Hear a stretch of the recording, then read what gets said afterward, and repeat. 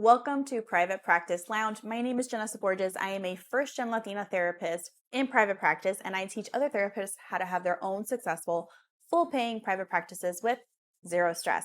And today I want to talk to you about private practice costs. The times that I have heard people when I speak or in my courses that talk about, I just don't have the money to start a private practice, or I have to save thousands of dollars to start a private practice.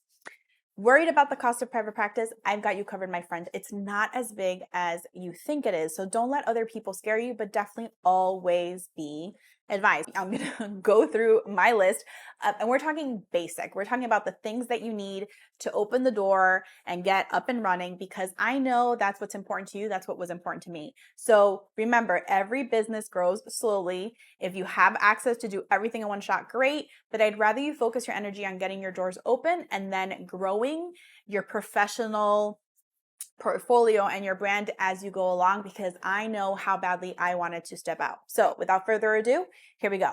Step one, office space.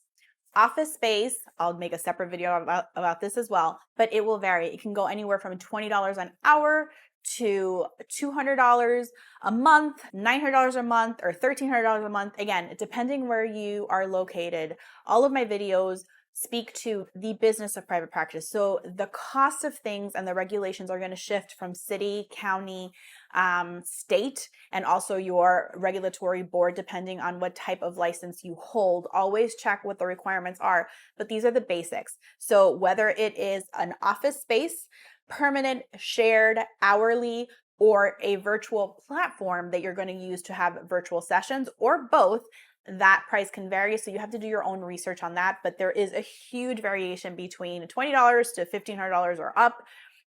Those are the extremes. There are a lot of things halfway in the middle. Number two, I kind of threw in already, a HIPAA compliant platform. So whether you're having virtual sessions, or if you can, this is one of those my favorite is Simple Practice. I will do a separate video on them. I love them because they are a one-stop shop platform. They hold my documents, my schedule. They remind my clients. It keeps track of my finances. It is truly a one-stop shop, and they have a HIPAA compliant secure video. At this stage of practice, it is a little bit more of an investment, but is more than pays for itself in my practice.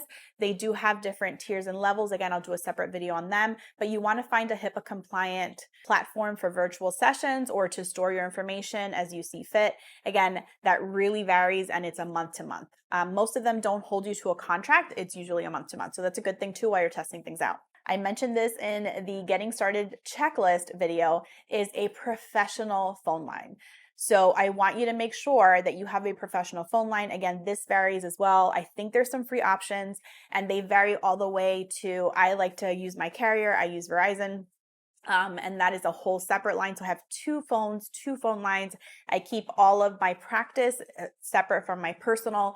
It is so important for boundaries for your mental health and for boundaries with clients. Because of the work we do, not everybody is aware of what boundaries should be, and you don't want people calling you on the weekends or when you're on vacation, when you're with your family, or texting you in the middle of the night. So please have a separate line and a separate phone if possible. Do your research on that as well. Initial license fee with your state. So yours truly is licensed in Florida and New Jersey, depending on when you start, when you get your license, or the renewal. So biannually, renewal is every 2 years. If you're licensed in more than one state, that changes. I know, again, that there's different professions. I know psychologists have something called, I think it's called NJ Pact. Do your research. Different organizations have different access, but if you're licensed in different states, chances are you need to pay the fee in that state and complete the requirements. So I complete all of the requirements in New Jersey and all the requirements for Florida. The last time I researched, Florida was at 180 every 2 years. New Jersey was 160 every 2 years. Check your state, check your licensing board, make sure how it goes, but this is just another fee. Question people have, this is the same fee that you pay when you get licensed. So if you already just paid it and you just got your license, then you're good for 2 years. Just make sure to keep track of that. So the next thing I want to talk about too, and I mentioned this before, is malpractice insurance. Malpractice insurance is so important, whether you're a student, working as an employee, or your own private practice. It is retroactive from when you sign up. The worst thing or the worst position that you want to be in is not having liability insurance, because you never know what's going to happen. It gets a little bit more expensive every single year because, again, it's retroactive and covering you from the moment you sign on. So please make sure to get that right away. Again, it changes depending on what coverage you have, minimums, maximums, what organization you use, where you're licensed, what type of work you do. Do your research. I'm averaging it out that this is about $150 a year. So again, starting off versus been in it a long time, and coverage. Your tax ID that I talked about in the checklist video. If you haven't seen that yet, I'm going to put a link below. It is a private practice checklist for getting started.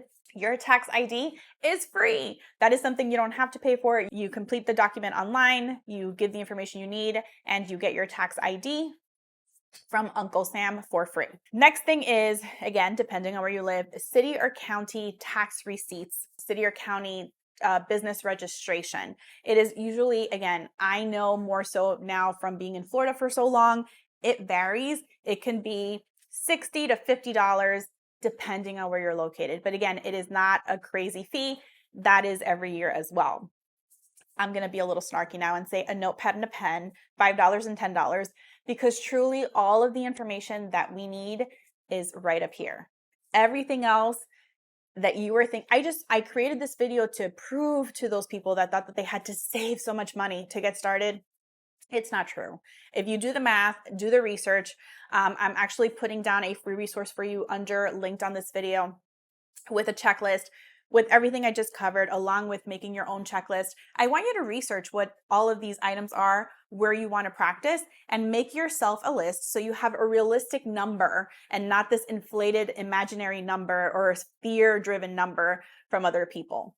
I hope this video helped you. I'm so excited that you're jumping into private practice.